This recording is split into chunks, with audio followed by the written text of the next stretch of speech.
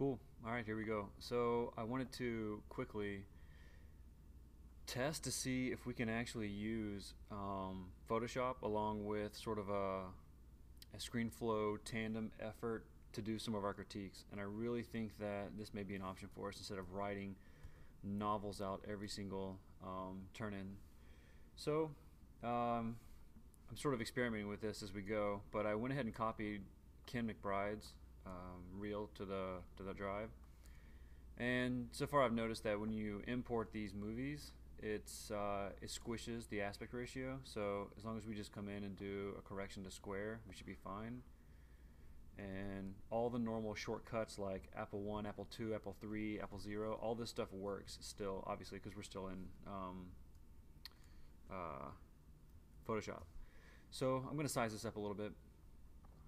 And since I brought up the animation window from the window here, now I have a timeline. So we can scrub through the reels, and I've desaturated it by accident. Give me a second. There we go. All right. So, all right. So this is actually, let's see what we've got going on. What's really nice about this, I can come through. We still have time code. If I don't like his intro here, or I think he needs to do something about this, let me see if I can't make a new layer. So layer 2, can we name this here? Corrections. Alright, so I like to do my whole red and orange deal. Let's make this quick.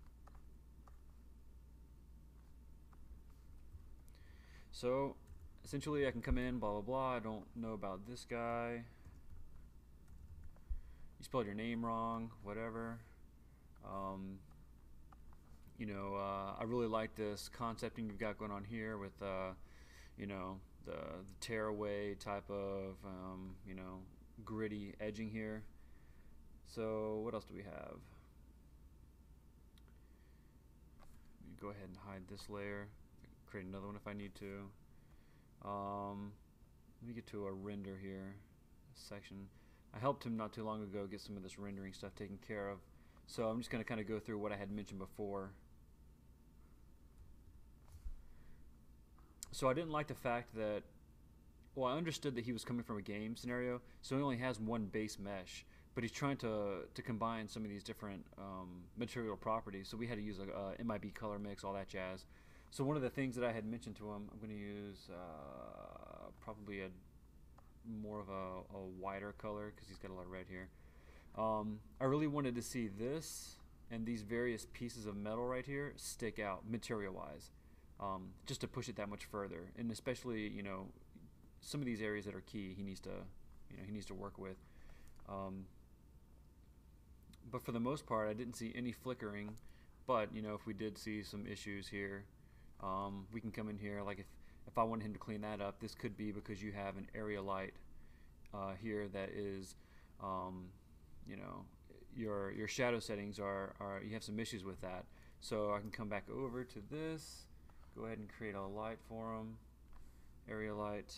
Let's go to the attribute editor, and in your shadows, especially for the mental ray portion where you're getting your soft shadowing, you probably have this turned on. If you do have this turned on, which I can't seem to turn on right now because we don't have mental ray loaded.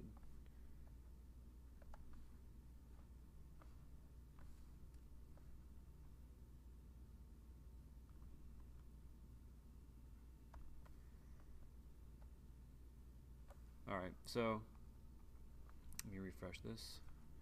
So now we can use the light shape, probably because his high samples are too low, so you could bring them up to 24. Make your at the very least you'll do 4. Those sort of things. If you're using this ray trace shadow option right here, your shadow, the sampling or the shadow rays are just too low. So I mean, honestly, at that point, I mean, we can hide and go back to his stuff here.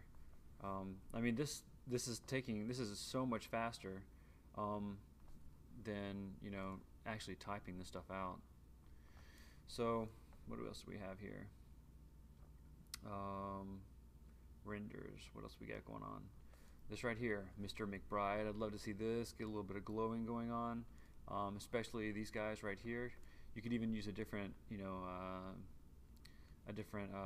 surface shader to do some of that stuff, and then alternately we can go back in here, jump into this, create the surface shader, and show him the settings that he's going to want to use, and then whatever, deal with your auto exposure, blah blah blah, and then we could even do a quick render test. I mean, all this stuff is just, it's so effortlessly like streamlined.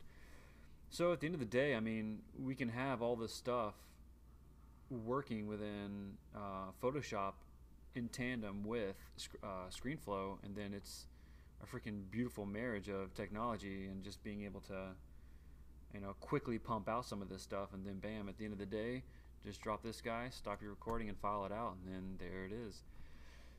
Unfortunately, the only problem that I could probably see coming about is we only have so much server space, so these students turning in videos, in addition to us pumping out sort of critique videos, may potentially rock the server space that we have. So, I mean, that may be something we can address later, but for the most part, I mean, this took, what, 10 minutes, if that? I doubt it even took that long. But, and then there's some critiquing information right there. Yeah, so I'm gonna file this out, send it to you guys, and let me know what you think. Later.